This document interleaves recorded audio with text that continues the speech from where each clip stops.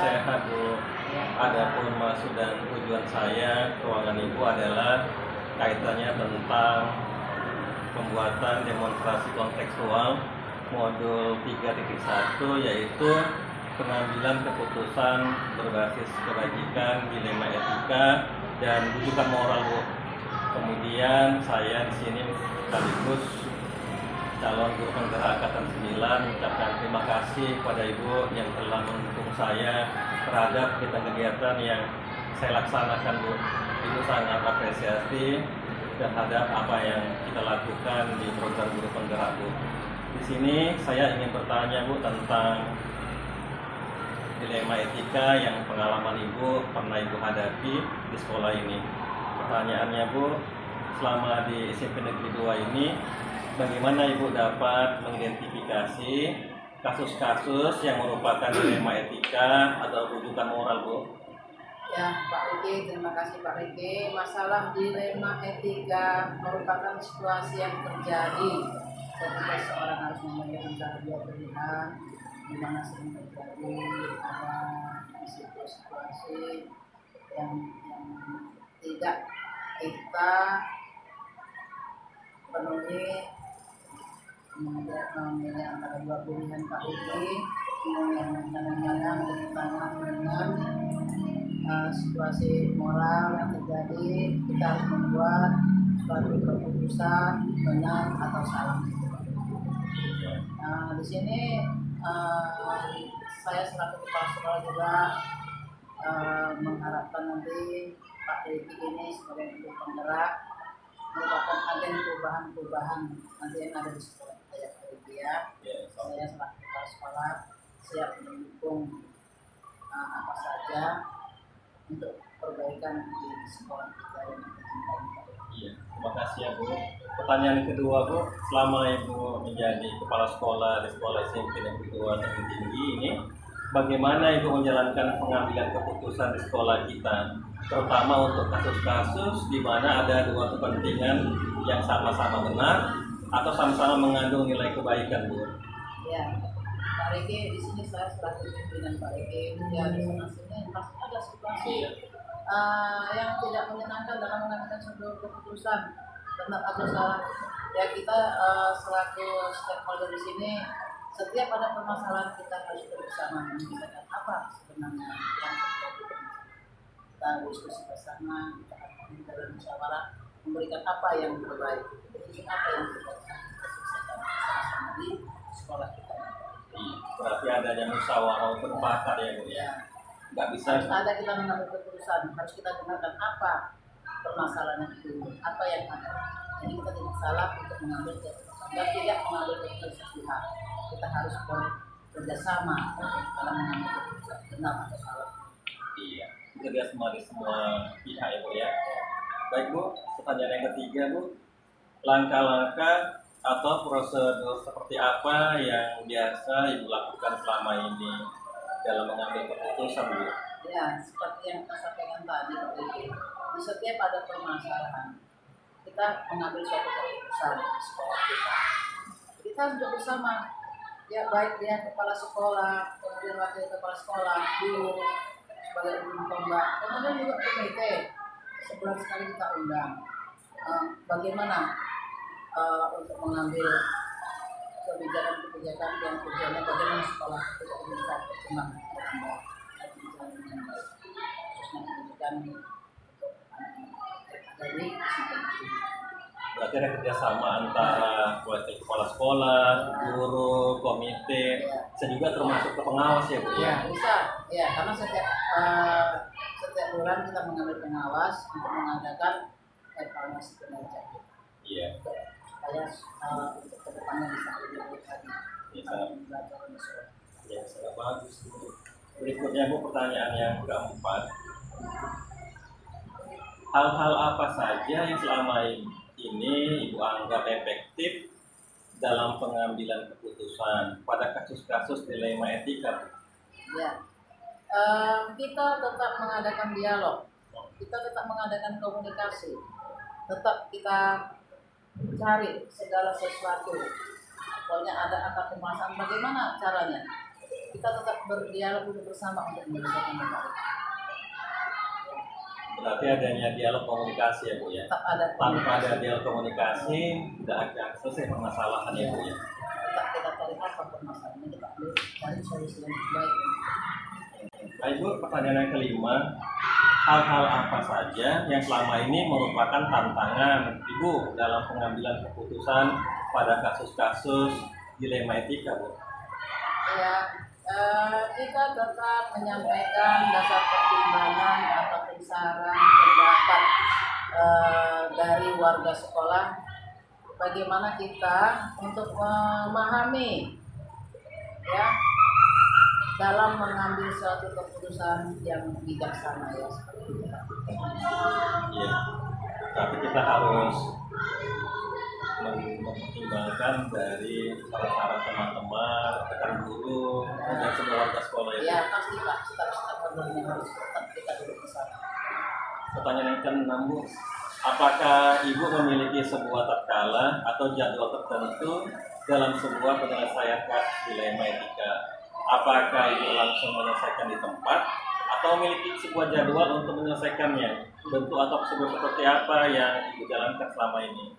Oke Pak Riki, setiap ada permasalahan kita tidak perlu menunggu waktu untuk besok. Setiap ada permasalahan kita selesaikan. Apa permasalahannya? Kita duduk bersama. Apa akar permasalahannya? Dari mana sumbernya? Harus kita duduk bersama. Baik dia kepala sekolah sebagai pimpinan, kemudian waktu kepala sekolah kalau dia menyangkut dengan siswa kita panggil. Kita panggil untuk wakil kepala sekolah bagian kesiswaan, kemudian kita panggil orang tua siswa. Bila perlu kita lakukan komunitas sebagai menjembatani permasalahan. Jadi setiap ada masalah harus kita selesaikan pada saat itu juga. Tidak boleh menunggu hari-hari yang akan datang. Jika ada permasalahan langsung diselesaikan. Jadi pada dasarnya nggak bisa kita tunggu besok, lusa, di depan itu ya. Kita ke depannya nggak tahu permasalahan yang lain akan timbul di sekolah kita. Jadi setiap ada permasalahan selesaikan dengan cara yang bermusyawarah, dengan cara yang terbaik. Seperti itu Pak. Oke, terima kasih Bu. Selanjutnya pertanyaan yang ketujuh Bu. Adakah seseorang atau faktor-faktor apa yang selama ini mempermudah atau membantu Ibu dalam pengambilan keputusan dalam kasus-kasus dilema etika? Dalam dilema etika itu kita tetap memanggil orang-orang yang berkepentingan dalam setiap ada permasalahan di sekolah kita seperti yang disebutkan tadi. Kalau masalahnya tentang siswa kita panggil wakil kesiswaan, apa permasalahannya? Contohnya di sekolah anak bermasalah dengan etika, kan di situ ada wali kelasnya. Ya wali kelas kita panggil, bagaimana dengan anak ini? Karena yang lebih paham tentang anak itu adalah wali kelasnya. Karena mereka sebulan sekali pasti mengunjungi siswa. Yang dikunjungi tidak hanya siswa yang bermasalah, masih siswa yang berprestasi juga, supaya meningkatkan untuk pembelajarannya. Seperti itu. Kita duduk bersama, wakil kepala sekolah, wakasek, terutama kalau memang tidak bisa diselesaikan dengan wali kelas, guru BK kita juga bisa pendampingan atau mengadakan kompetisi ke sekolah seperti itu. Dan bila perlu kita hadirkan juga komite sekolah. Kita tetap menyelesaikan dengan jalan musyawarah duduk bersama. Iya. Pertanyaan terakhir Bu, dari semua hal yang telah disampaikan, pembelajaran apa yang dapat Ibu petik dari pengalaman Ibu selama memimpin di SMP Negeri 2 ini mengambil keputusan dilema etika?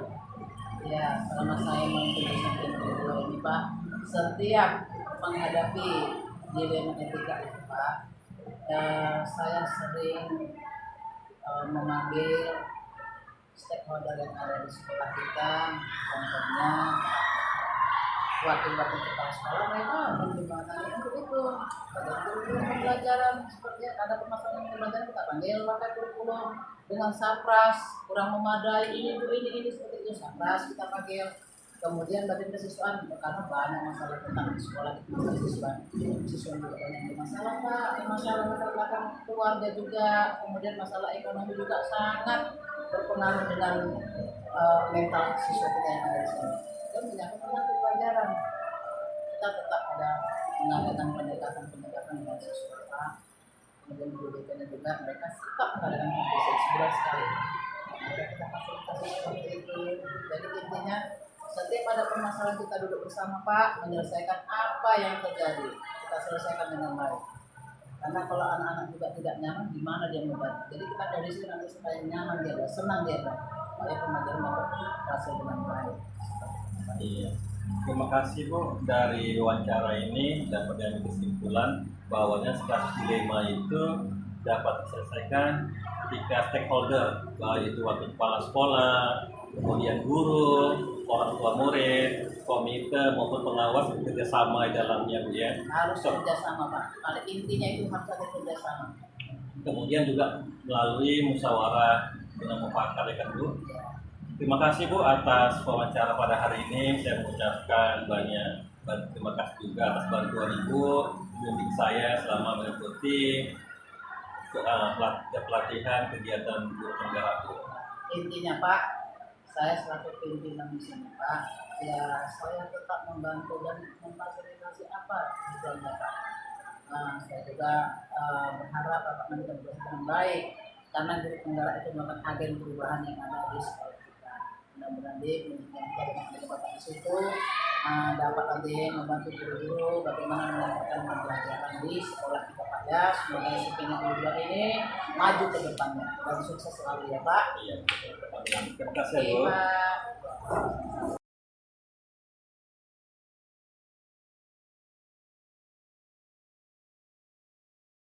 Selamat pagi Pak. Selamat pagi, silakan duduk Pak. Apa kabar Pak? Sehat, apa kabar Pak Rifki? Alhamdulillah sehat juga Pak. Iya. Adapun maksud dan tujuan saya datang ke sekolah Bapak pimpin ini yaitu SMA Pandian adalah untuk mewawancarai Bapak tentang pengalaman yang pernah Bapak ambil, yang pengalaman itu mengalami dilema etika atau rujukan moral. Iya. Waktu itu kita mulai ya Pak ya. Iya, silakan. Yang pertama, selama ini bagaimana Bapak dapat mengidentifikasi kasus-kasus yang merupakan dilema etika atau rujukan moral Pak? Iya. Selama saya memimpin, memang beberapa kali saya pernah menangani kasus-kasus yang berkenaan dengan dilema etika atau rujukan moral.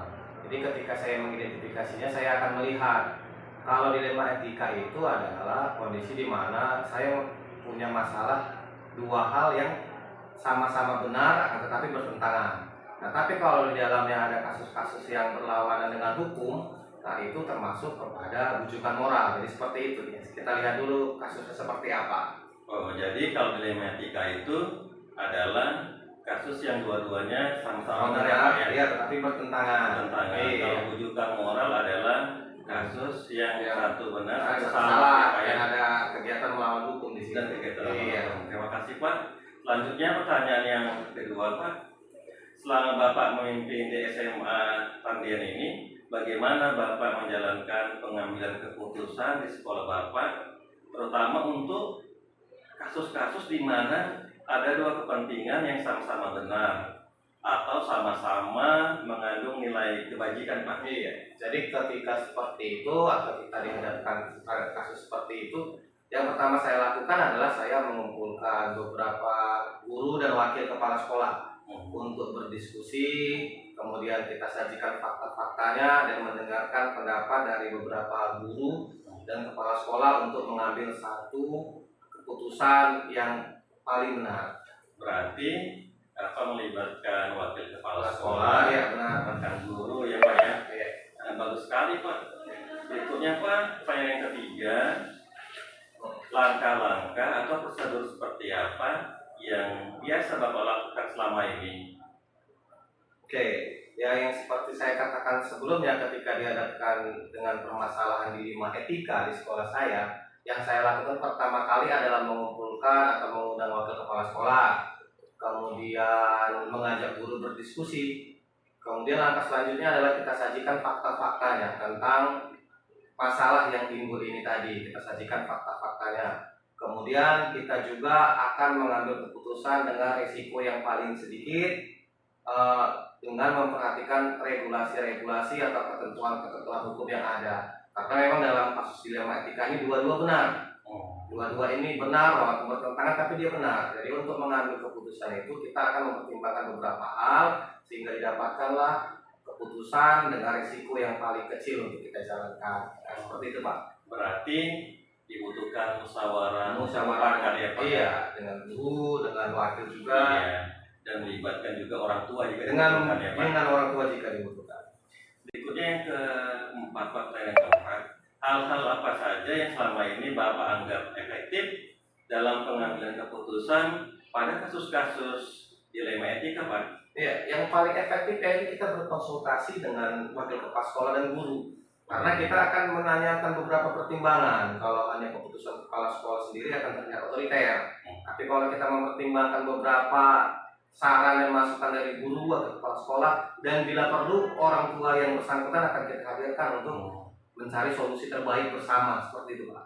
Oh ya, berarti Iya. ada saling sinergi Ya, ya Pak, sinergi antara bersama. wakil kepala sekolah Iya.